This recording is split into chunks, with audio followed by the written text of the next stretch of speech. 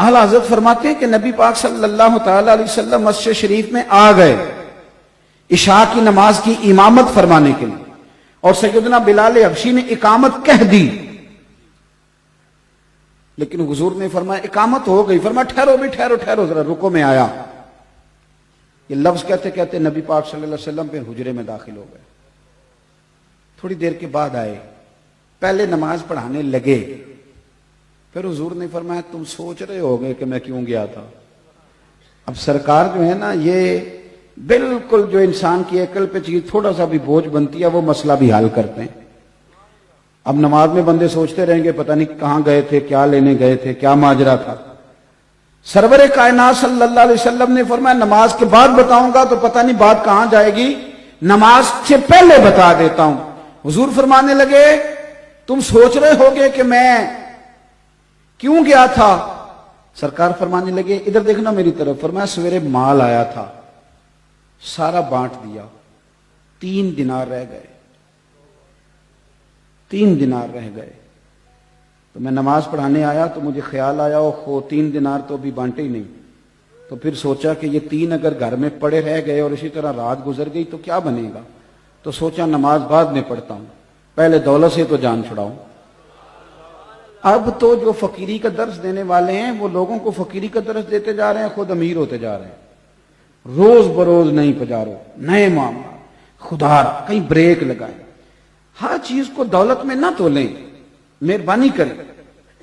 اب تھوڑا سا باہر آئیں، ورنہ آپ کی طبیعت میں خشکی آ جائے گی۔ وہ جو کیفیات ہیں، وہ جو سرور ہے، وہ جو ذکر کی لذت ہے، ہر چیز کا اگر آپ سودا کر لیں گے تو پھر کیا بنے گا۔ اس لیے ایک بات تو یہ کہ اندر جتنی بھی چیزیں ان کو نکالیں، یہ کسی کو حقیر جاننا چھوڑ دیں، عزت والا ہی کسی کو عزت دیتا ہے، پیار کرنا شروع کریں۔ اور دوسرا یہ کہ تھوڑی قناعت اختیار کریں۔ میں نے زیادہ باتیں نہیں کرنی، بس میں اپنی بات سمیٹنے لگا ہوں۔ مجھے اندازہ ہے کہ محفل نعت کا ماحول ہے تو انشاءاللہ تعالی محفل مبارکہ آگے چلے گی، اور میں ویسے بھی اللہ تعالیٰ آپ کو جزائے خیر دے، انہوں نے مدینہ شریف میں ملاقات ہو گئی، پھر بھی بعد میں بڑی محبت کے ساتھ کہا تو میں حاضر ہو گیا، ورنہ میں بزدل سا خطیب ہوں۔ ہم تو اس وقت جلسہ کر کے بڑی دیر کے گھر بھی پہنچ جاتے ہیں۔ کوئی دلیر لوگ ہوتے ہیں نا ساری رات جاگ لیتے ہیں، کچھ کو نیند گرا لیتی ہے، تو ہم بڑے گرے، ہم تو اب تو میں زور کے بعد کہتا ہوں دوستوں تھوڑا سا بلا لینا یار کو، اللہ رسول کی بات کر لیں۔ یہ رات ساری کے جلسے تو دلیر لوگوں کا کام ہے، دلیر میں صحیح کہہ رہا ہوں، جو شب زندہ دار قسم کے لوگ ہیں وہ کر لیتے ہیں۔ اب ایک بات اور جو طبیعت پر، من پر بڑا بوجھ بنتی ہے لوگوں کے، وہ یہ ہے کہ ہمارے ہاں نا آہستہ آہستہ سے پیار کرنے کا مزاج ختم ہوتا جا رہا ہے۔ مختلف طبقات پر تنقید کرتے ہیں، اور آہستہ آہستہ ہر طبقہ بدنام ہو گیا۔ یعنی ایسا نہیں ہے کہ آپ پولیس والوں کا نام لیں تو لوگ کہیں گے یہ بڑا بدنام طبقہ ہے، جو لوگ علماء سے دور ہیں ان کے سامنے کسی مولوی کا بھی نام لیں تو اللہ معاف فرمائے ان کا اللہ بولا جب گڑبڑ ہے۔ یعنی کوئی طبقہ، پٹواری کی بڑی عزت ہے ہمارے معاشرے میں، تحصیلدار کی، ٹیچر کی، ہم نے کچھ شاید چھوڑی نہیں، کسی جگہ بھی کوئی بھی وقار قائم نہیں رہا۔ اس کا نقصان پتہ کیا ہوتا ہے؟ جب بندہ غیبتیں کرتا ہی رہتا ہے، کرتا ہی رہتا ہے، کرتا ہی رہتا ہے، تو اسے یوں لگتا ہے کہ جیسے سارا زمانہ خوفناک لوگوں سے بھرا ہوا ہے، کوئی اپنا نہیں، کوئی مخلص نہیں، کوئی پیارا نہیں۔ میں ملک سے باہر تھا تو ایک صاحب مجھے کہنے لگے پاکستان کا بڑا برا حال ہے، سیاستدان چور ہیں، تاجر دھوکہ کرتے ہیں، مولوی لڑتے ہیں، پیر لٹیرے ہیں معاذ اللہ۔ تو میں نے اسے کہا کہ آپ کو باہر بیٹھ کے ساری باتوں کا کیسے پتہ ہے؟ آپ وہاں آئیں، اللہ کے فضل سے ایسا کوئی معاملہ نہیں۔ کس نے آپ کو کہا ہے؟ یہ کس نے آپ سے بات کر دی اس طرح کی؟ اللہ کا فضل ہے، لوگ اچھے برے ہیں، لیکن ہمارا اس قوم سے تعلق ہے کہ کل ابھی زلزلہ اور سیلاب آیا تھا تو جس بیٹی بیچاری نے سلائی مشین پہ بیٹھ کے سارا جہیز بنایا تھا اس نے بھی زلزلے والوں کو دے دیا تھا۔ آج کسی ایک بزرگ کو خون کی بوتل کی ضرورت پڑتی ہے، 14 جوان چوک میں کھڑے ہوتے ہیں، یہ قوم آپ کو بری نظر آتی ہے؟ اب رمضان شریف میں مسجدیں تھوڑی ہوتی ہیں، حافظ زیادہ ہوتے ہیں، تو علماء محنت کر رہے ہیں تو دین کا پیغام آگے جا رہا ہے نا۔ یہ سبق پڑھا رہے ہیں تو حافظ تیار ہو رہے ہیں۔ ہر مسجد میں جمعہ ہوتا ہے تو کسی نے علم پڑھایا تو کوئی آگے جمعے کے بیان کر رہا ہے نا۔ کس طرح کی آپ بات کرتے ہیں؟ یہ کمزوریاں ہم نے پیدا کی. میں اللہ کے فضل سے تنہائی میں بھی نعت خوانوں کی مخالفت نہیں کرتا, میں نہیں کرتا, میں کسی باعث کی مخالفت نہیں کرتا. اس کی وجہ یہ ہے کہ میں ایک بندہ ہوں, میں یہاں تقریر کر رہا ہوں, لیکن محفل تو اس وقت میرپور میں بھی ہو رہی ہوگی, گجرات میں بھی ہو رہی ہوگی, لاہور میں بھی ہو رہی ہوگی. تو جب میری اوقات اللہ نے اتنی بنائی ہے کہ میں صرف یہاں بات کر سکتا ہوں, تو پھر مجھے چاہیے نا جو لاہور ذکر رسول کر رہا ہے میں اس کو بھی مان ہی جاؤں. یہ تھوڑا نکلیں آپ ان چیزوں سے, آپ تھوڑا سا زندگی کو مثبت بنائیں.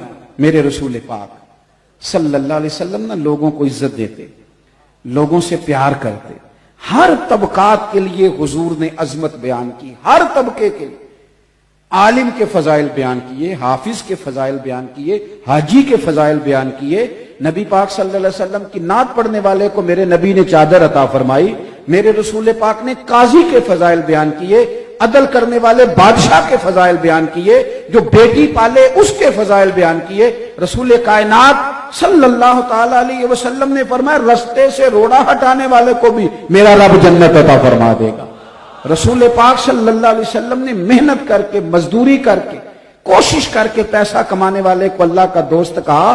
حضور نے تاجر کے بارے میں کہا, تاجر کے بارے میں ترمذی کی حدیث ہے, فرمایا تو سچ بول کے تجارت کرنا, اللہ سچے تاجر کو قیامت کے دن نبیوں کے ساتھ جگہ عطا فرمائے گا. کون سا ایسا طبقہ ہے جس کی حضور نے, اور یار کچھ نہیں, ایک مومن ہے داڑھی سفید ہے, کچھ نہیں, مومن ہے اور داڑھی, خالی مومن ہے, نہ حافظ ہے, نہ مولوی ہے, نہ مفتی ہے, نہ قاری ہے, نہ نعت, کچھ نہیں, مومن ہے, داڑھی سفید ہے.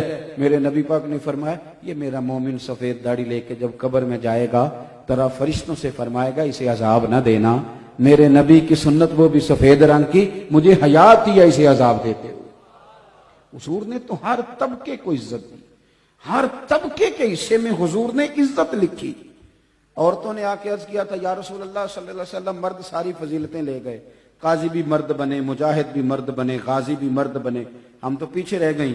تو نبی پاک صلی اللہ تعالی علیہ وسلم نے فرمایا تمہیں پتہ ہے کہ جب تم حاملہ ہوتی ہو تمہارے پیٹ میں بچہ ہوتا ہے تو کریم محبوب فرماتے ہیں جتنا تلوار لے کے میدان میں جہاد کرنے والے کو اجر ملتا ہے اتنا ان دنوں میں بی بی کو اجر دیا جاتا ہے. اور اگر اسی حالت میں بچے کے ولادت کے وقت وہ انتقال کر گئی تو اللہ کے رسول فرماتے ہیں رب اسے شہیدوں کے ساتھ کھڑا فرمائے گا. ہر طبقے کو میرے نبی پاک نے اکرام دیا. ہم نہ اپنی عزت سمجھتے ہیں اور نہ کبھی سامنے والے کا اکرام کرتے ہیں.